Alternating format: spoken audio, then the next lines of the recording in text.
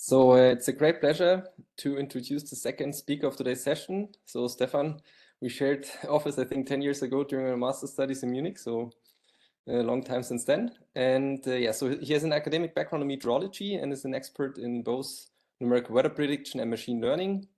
His career path started with a PhD at the LMU in Munich. Then he moved on for a postdoc to the Technical University in Munich. And yeah, after that, he joined in the private sector, Climate AI, and after that, Google. And yeah, so he's currently a research scientist at Google. He's among of the first to explore and apply various different machine learning techniques in numerical weather prediction. So it's a great pleasure to have you here today as a speaker. And I think one of the highlights of things you did was the coming up with this benchmark data set for medium range weather forecasting. And yeah, I think this will also be one of the focus of your talk today, talking about the recent developments, WeatherBench 2, and also summarize what's going on in data-driven weather forecasting. So floor is yours. We're looking forward to your presentation. Cool. Thank you, Toby. And thanks to Alan for this really awesome talk. So I'm going to take a little bit of a more radical approach in this presentation, and I'm going to ask a bit of a provocative question. And to lead up to that question, I want to take a look at sort of the chain of events that happens when a weather forecast is created. So you start up with observations, and they're sparse, they're indirect. But what you really want is you want some initial conditions for a numerical model. So you need to somehow get from this messy observation state to a, to the state on a three-dimensional grid. That's the job of data assimilation. Now, once you have these initial conditions, you put them in a numerical model, and traditionally these numerical models have been based on physical principles, discretized equations or approximations thereof of the atmospheric processes. Then you end up with a raw forecast. But in many cases, you don't actually want to use the raw forecast because A, it has systematic errors that you'd like to correct for, and B, maybe the variables that you're interested in are not actually directly predicted by the model, and so you use some sort of post-processing to get to whatever end product you're interested in. Now, this last part, post-processing, has been an area where machine learning has been used for many decades. Maybe it wasn't used, didn't used to be called machine learning or AI, it's maybe called model output statistics, but with simple techniques like linear methods or something more complicated. But that's an area where machine learning has had great success. Now, for this second component, the forecasting, for a long time and up to maybe a few years ago, most people, including myself, would have thought that the complexity of that task, creating a forecast of the entire atmosphere, is so much greater than what you do in post-processing that it really only can be solved by physical models. Well, I think in the last couple of years, we've sort of learned that that might not be actually true. And I think we're seeing this sort of second revolution of numerical weather prediction right now that I'll talk a little bit more about in the next few slides. Now, I think you can see what I'm leading up to. I think the question that I kind of want to ask is, will the AI shark also eat the data assimilation fish? Or in other words, will we need traditional data assimilation, or will this all be solved by a big AI end-to-end model? Now, I'm not going to be able to answer that question, right? But I think at this point, we have enough pointers that this is an interesting question to ask. And what I want to do in this talk is I'll talk a little bit about the second shark here, the sort of second revolution of the forecast model. See what lessons we can learn from that, how these lessons can maybe be applied to data assimilation, and how data assimilation is a different problem from just the forecasting. I'll show one example of how data assimilation in the context of more pure machine learning could work, and then at the end, we'll ask some of the key questions that we'll have to answer going forward. So let's get into it. I've been talking about this second revolution of numeric weather prediction. Well, if there's a second revolution, there has to have been a first revolution, and that happened in around 1950 when numerical weather prediction, or when weather prediction became a computational science. So what you see in this image here is the ENIAC, one of the first supercomputers, and that was used to create a first numerical weather forecast with a very simplified set of equations. It took a few more years before numerical weather prediction became operational, but what we've seen since then is that with increases in computing power, better observations, and better numerical methods, forecast skill has increased gradually ever since. And it's been sort of called the quiet revolution. So you see this sort of famous graph that DCWF publishes where you see the skill of forecast, of 3-day forecast, 5-day forecast, 7-day forecast, 10-day forecast, and how it increases very steadily. You see some wiggles that are just caused by natural fluctuations, but what you don't see is really big jumps in forecast skill. So there hasn't really been a single model improvement or something that created a big jump in forecast skill. With maybe one exception. What you see here is this gap, or like this shading shows the gap between the southern hemisphere skill and the northern hemisphere skill. And around 2000, that gap became drastically smaller, which is due to better availability and use of satellite observations. So that's one case where you see a really jump in forecast skill. Now, if you look at the sort of time frame that we're looking at, we're talking about decades. If we contrast that to what's been going on in the machine learning world, and I grabbed one random graph here to illustrate this. The details aren't really important, but what this is showing is the size of transformer-based language models and how it's sort of exponentially increasing.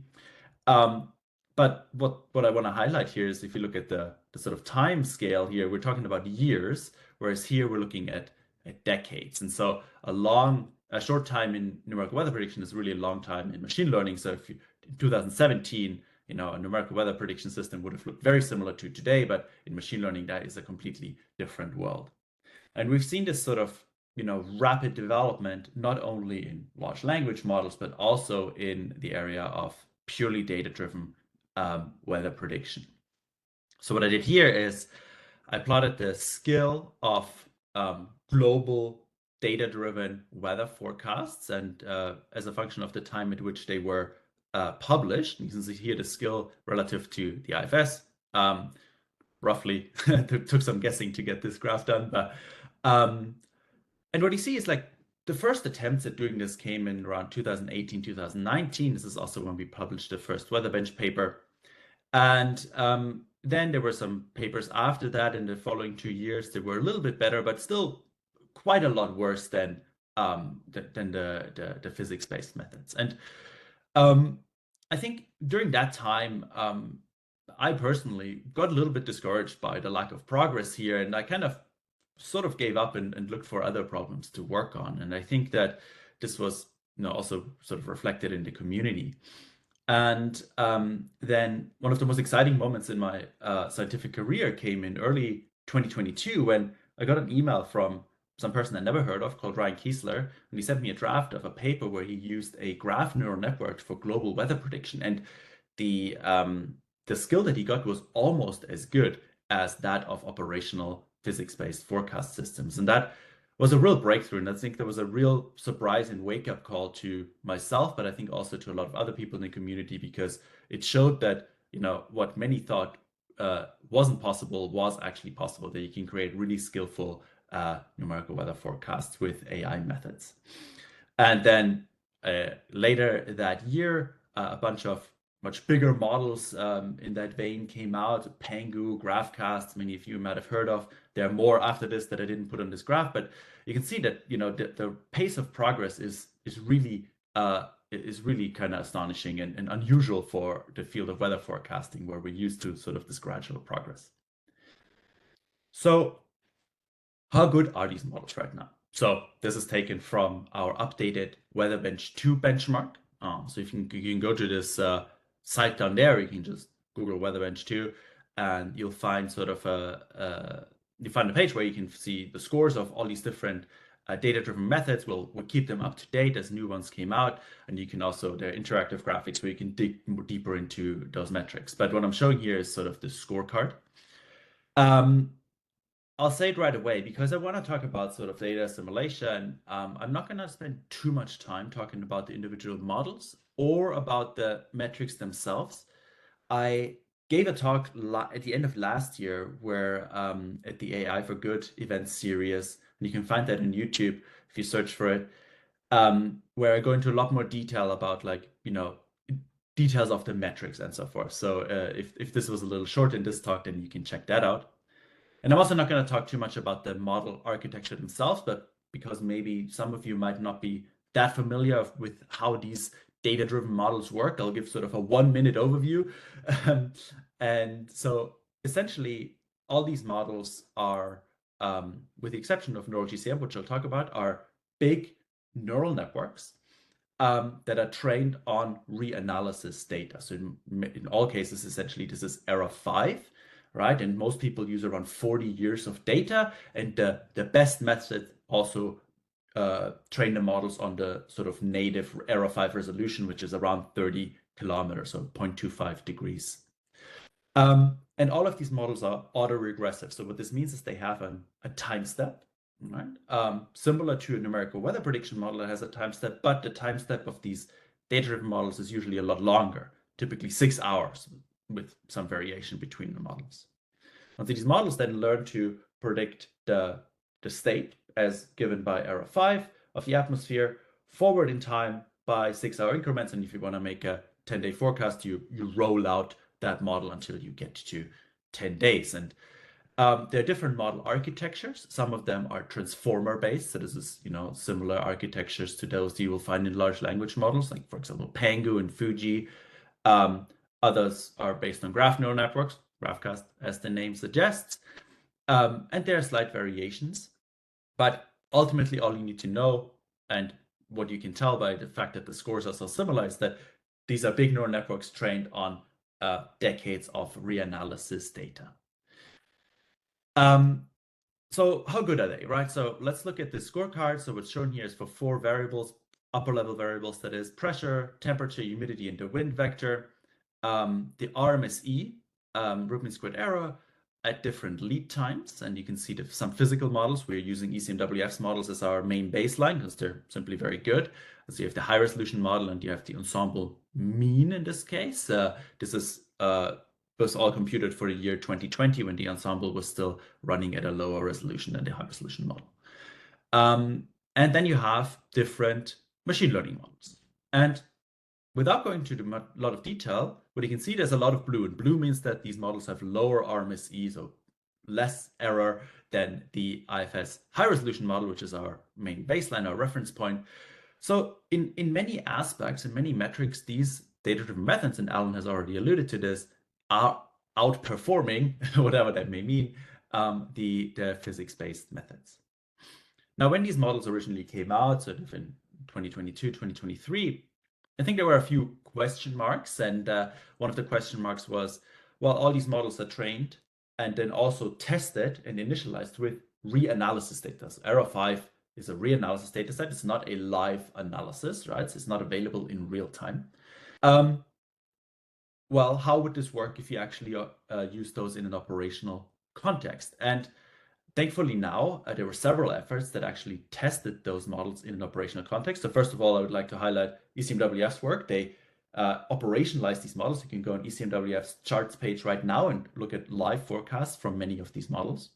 And then we also ran sort of a quasi-operational setup with these models where we initialized them with the operational IFS initial conditions. And you can see that, or I can just tell you if it's too much to look at all these graphs, that the scores are essentially the same. And that's good news. That means that sort of the domain shift from the era 5, the reanalysis, training to the operational initial conditions is, for at least for those models, not very hard to handle. Another question was about the issue of, well, are these models just blurry? Because what you, for example, see is that the IFS ensemble mean actually has significantly lower error than the high resolution model, even though it's running at this point at a lower resolution, so it's a worse model. Now that is obviously because if you have an ensemble and you take the mean, you're not predicting realistic state, you're sort of predicting, or like you have the mean of the forecast distribution. And for RMSE, that gives you a lower error because you're less often wrong than if you have a high resolution model, which simply due to the chaos in the atmosphere can be wrong just by chance. Now, analysis shows that some of these models, some more than others, also have some sort of blurring going on because they optimize for RMSE. But I do want to highlight 2 very recent developments. And again, this shows how quickly the field is evolving from some colleagues of mine where this is not necessarily the case anymore. The first one is called Neural General Circulation Model, so Neural GCM for short, and the other one is GenCast, which is a ensemble version of GraphCast. So Neural General Circulation Models is a really cool model. It's actually a hybrid model. So inside a traditional numerical model, you have the dynamics, so the solution to the Navier-Stokes equations, and then you have all of the parameterizations of the unresolved physics. And as Alan already said, like those parameterizations are really where a large chunk of the uncertainty comes from. What this model does is it actually only learns those parameterizations and then is able to do so in a forecast context because they wrote a completely differentiable dynamical core in Python. Really cool paper. I would encourage everyone to check it out if you're more interested, since I don't have time to go into detail here. They have an ensemble version of their model, and I'm showing a scorecard. Yeah, this is sort of our first model on the ensemble scorecard in Weatherbench, and it performs pretty much equally as well as the IFS ensemble model on CRPS, which is a probabilistic skill score. The other model, and I'll just highlight it here, I don't have time to go into it, is GenCast, and that is a diffusion-based ensemble model. If you don't know what a diffusion model is, it's a generative model. So if you've seen any of these really realistic-looking AI-generated images, those were, these days they're all generated by diffusion models. And basically what that team did is they transferred that concept to weather forecasts. And, I'm not showing scores here, but they are also very competitive against the IFS ensemble and pretty reliable at that. I just want to show one highlight here from the NeuroGCM paper about this. And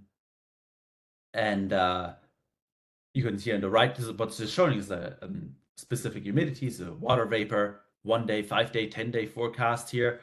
And then let's look at original GraphCast, right? And you can see that it has quite a lot of structure if you look at this area here at a 1 day forecast, but then it's very smooth at a 10-day forecast. So that's that blurring I was talking about. If you look at the ECMWF IFS model, that's obviously a realistic model. So it looks realistic at 1 day, looks realistic at 10 days, right? And the NeuroGCM model runs at a lower resolution, so it's always a little bit more blurry than the IFS model, but it also maintains realistic looking structures at 10 days. And you can look at energy spectra and see that the spectra are constant if you want to have an analysis of that. So this was sort of a whirlwind tour through this ongoing second revolution in the NWP. And I think that I would like to highlight that this is ongoing. I think what's often hard to remember is that this is really just the first generation of these AI models, right? Like Pangu, GraphCast is sort of the first generation of deterministic, like serious deterministic AI models. Now what I just showed you with NeuroGCM and GenCast is the first generation of ensemble AI models. Of course, as with any first generation product, there are going to be things that are not quite there yet. There's still work to be done, right? These models are from lower resolution. Precipitation isn't handled particularly well. We still have work to do in terms of analyzing, like how do these models perform for the really extreme extremes and so forth. But I think what I'd like to convince you of, and what I became convinced of in the last 2 years, right? I didn't start out like that, but I think what evidence suggests is that progress is really super fast, and that I think it's fair to say that for most purposes, these AI models will be equally as good or better than physical models at much reduced costs for the pure forecasting task that we're looking at, right? So taking an initial condition and propagating it forward. The key learning, I think, is that machine learning seems to just work. Many of these, or basically none of these concepts, diffusion models, graph neural networks, transformer models, were developed in the context of physical forecasting. But with very few adaptations, they seem to just work for that task and perform really, really well out of the box. And that kind of tells us that there doesn't seem to be any magic physics sauce that's required in forecasting. And that is all with models trained on a few decades, 4 decades in most cases, of reanalysis data. And that seems to be sufficient for these models. Now, we're not here to talk about reanalysis. We're here to talk about observations. So what about observations? This is where it becomes really challenging, right? Because you go from something like this, which is error 5, a continuous record of three-dimensional state of the atmosphere, to something very messy. You have sparse observations in space and time, you have indirect observations, and you have changing observation systems. So this is sort of showing a mosaic of geostationary satellites and how they change over time, right? Each with different specifications. And I think this is the sort of the key difference from this forecasting task that AI models seem to do very well with to the data assimilation task or the observation based task. And I want to show now, before we get to sort of some conclusions and wrap up, one example of how incorporating these sparse observations into a pure machine learning model could work. And that again comes from some of my colleagues, and that's talking about the MetNet family of models, and specifically the latest model, MetNet 3. Up here's the reference if you want more details. And the MetNet model is really a regional forecasting model as of now, right? So it's sort of a regional high resolution forecasting over the US. So it's more like, it's not like emulating the IFS model, it would be more like emulating sort of like a high resolution WRF-based model like HER or something in the US or equivalent thereof in other areas of the world. So let's take a look at what this model does and then see how it handles observations. So to check that out, let's look at what goes into the model and what the model produces. So it takes as input a radar field. It takes weather stations, and that's the part that I want to spend more time talking about in a little bit. It takes some geographical information. It does take the HER assimilation, so it's not pure end-to-end machine learning yet, but and then it also takes as input geostationary satellite images. This is a direct forecasting model, so unlike those global models that predict things in time steps, this model, you can ask it to predict at 12 hours and it directly gives you the prediction for 12 hours, or at 18 hours and it directly gives you the prediction for 18 hours. And what does it predict? It predicts precipitation and it predicts surface variables. Again, these surface variables, the target here are station observations. The other thing to highlight is that it is a probabilistic model. And again, it's not a generative probabilistic model, so it's not going to give you an ensemble. It actually gives you the marginal probability distribution at every grid point. So here's an example of the output of a precipitation forecast from this model, with the black bar representing what actually happened. And so it does that. And we can look at some precipitation results just to get a feel for it. On the bottom here is the output of this model. And again, this is not supposed to look realistic. This is the probability that there will be precipitation rather than a realistic realization of what precipitation could look like. And I don't want to delve too much into the scores here, but it performs really well on precipitation metrics against, like, for example, the HER model or the IFS ensemble model. What I do want to spend some time talking about is how does it handle these sparse observations. This is a gridded model, right? So it takes input on a grid and it produces output on a grid, but stations look like this. They're only at certain locations. So how do you deal with that? And the way that the MetNet model does it is it puts those observations on a grid. So it has a 4x4 kilometer grid internally, and it interpolates these stations on a grid. And so you only, at those grid points where you have a station in that grid box, do you have a value, and then everything else is just missing values. You put this into the neural network, and the neural network just has to learn how to deal with it. But what you really want is you want a prediction at every point in space, right? So that is what the MetNet model outputs. But then during training, you only compute the error of the forecast at those points where you also have a station, not for all the other points, right? And the idea is that the model then learns to generalize from those locations where it does have supervision to all the other locations. Now, the reason why it is able to do this is because it has other information, right? It has some geographical information. It has information about the large-scale weather situation. And you can test whether this actually works by taking out sort of these square stations here, for example, they're never used during training. So you can then test the generalization capability of that model. And again, it shows that it has lower error compared to other baselines like the HER model or the IFS ensemble model. So this generalization definitely seems to work. Now, this is one example of how you can use sparse observations. And also, if you look talking about indirect observations, you can always use them in the input to a neural network, right? Predicting is something maybe a little bit more tricky.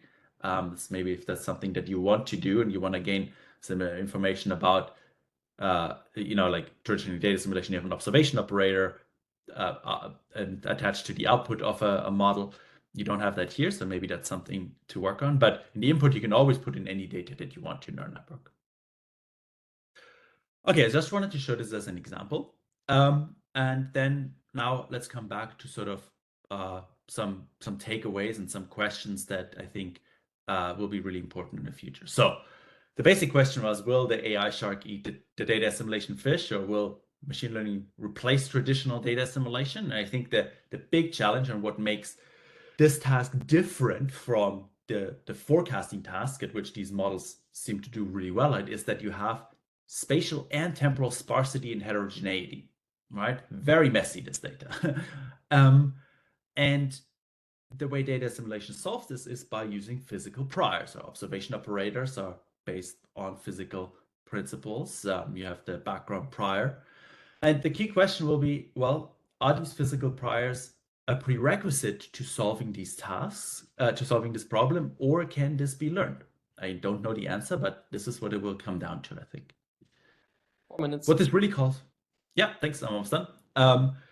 What this really calls for is sort of a hypermodal AI. So we're talking about multimodal AI in if you think about like the latest AI trends, multimodal AI using language, images, using videos, voice, and so forth.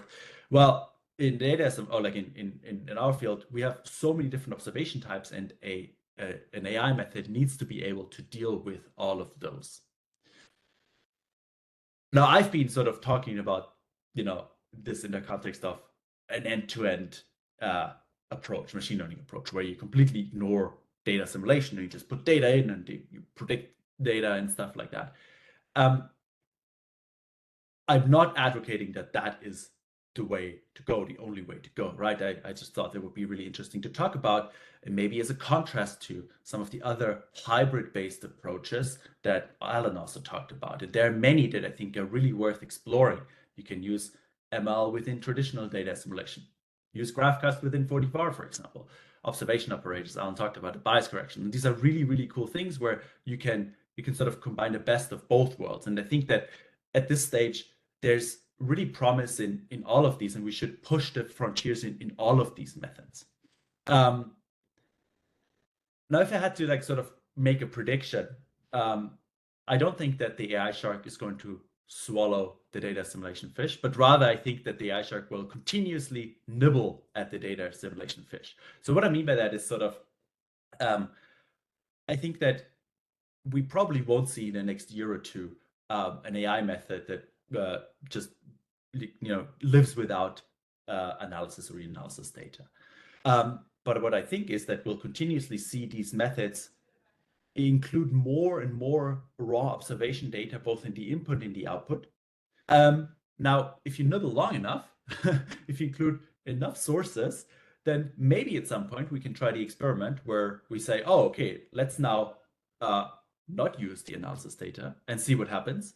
Now, my gut feeling is, this is probably still many years in the future, but my gut feeling a few years ago was also that, forecasting with pure AI techniques was also still many, many years in the future, and we've been proven wrong. So I think that the lesson from that is that AI methods continue to surprise us in how powerful they are, and we should really, push the frontiers on them to see where we can get. And I think it's always important to remember this is not a competition. It's not physics versus AI. What we all want in the end is we want the best forecast possible, and I think we should try, to go to aim for that on all possible avenues and explore those. Cool. Thank you so much for listening. We're looking forward to questions. Thank you very much, Stefan. You stayed well in time, 1 minute early. So there are already plenty of questions in the OPAD. So if you have more questions, please continue posting them. And yeah, I'm gonna start up with a very basic question that I think appeared 2 or 3 times. So one question always goes on this training data that we need, error reanalysis, and also the training process. So could you comment a little bit on like how much training data we need? That's the first thing. Second one, how much the cost of the training is, and if it could be a bottleneck, because inference, like prediction with those models, is cheap, but the training is, I think, the expensive part. So if you can comment on that, how much data we need, how you think things will improve with error 6, that would be great. Yeah, so I mean, all these models are trained with 40 years of error 5 data. So that seems to be what you need. I think that because, and I'll get to that in a second, but because these models are so expensive to train, we haven't done a lot of ablation tests of like how much training data do you exactly need. Like people, found that 40 years of error 5 seems to work great. And so they use it. Now, if you think about other data sources, like observation data sources, one big question is oftentimes you don't have 40 years of data, right? Think about a satellite, might be online for a few years, then it's a new satellite, and so forth. So this will become much more of a question as we look at other data sources, and I honestly don't know the answer. About the training cost, yes, these big models are very expensive to train, and I think that unfortunately, this kind of means that not everyone is able to train these methods. What I will say, though, is that there have been some recent papers coming out of academia with much smaller, they're usually at coarser resolution and take a lot less resources to train, but still are exploring interesting methods. So I wouldn't discourage everyone from doing research on this. You can do really good research with low resolution models, and that transfers up to high resolution models. But these really good models, they're very, very, very expensive to train, where it does become a real bottleneck.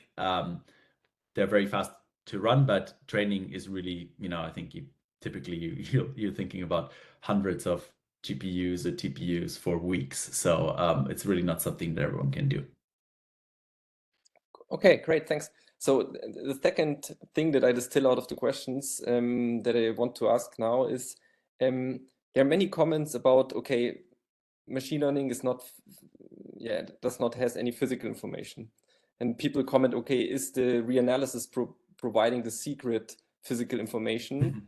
And how will it change if you move on to observations for training? So could you comment on that, perhaps? I don't know the answer. I think that's exactly the question, right? I don't know. I think we'll only be able to find out by trying it. Okay, so then let's move to another question. So let me see. So perhaps let's take the last question by Mark Bühner from Canada. So physics-based models are an important part of the generating reanalysis used for training. So won't we still need those physics-based models for the foreseeable future, or is this also the case for the A? So what do you think? You comment already in the talk, but can you comment more on that? Yeah, I mean, again, like for now, absolutely, right? Like we're very dependent on reanalysis data right now. If you talk about global prediction and anything that goes beyond like 12 or 24 hours. And I think it's really the question. I think they're like, first of all, it's a lot of work to get all the data into a machine learning model. It's just, I think that Alan alluded to it, that observations are really messy and it takes a lot of work to get there. So even if we, let's say machine learning could in theory do it, it's probably still going to take us quite a long time to actually do the experiments, simply because it's a lot of engineering to get there. And then the other question is, would it work in general, that you completely get rid of any physics-based reanalysis? Yeah, this is the core question. I think it's a really, really exciting question, because it's not the only reason that we don't want to be using reanalysis, right? Reanalysis or analysis is there, and it's an amazing product, right? It's so cool. Why shouldn't we use it if it doesn't help? If it does help, right? So that's not the point. The point is that if you look at other areas of machine learning, generally the trend in machine learning seems to have been that if you go end to end, so you put all the raw data in, you predict directly what you want, that seems to actually produce better results than using some intermediate step. Whether that is transferable to weather forecasting remains to be seen. But I think there's the hope that this does also apply to weather forecasting, that by using more and more of the observation data, we can actually transcend what we can do by just using reanalysis. And so I think that is the big hope, and that is why people are so excited about it. Not because, you know, we as Google don't want to be dependent on like reanalysis or something. That's not the point. Great. So thank you, Stephan, again for this great presentation and the nice discussion. And I think we move on to our last speaker.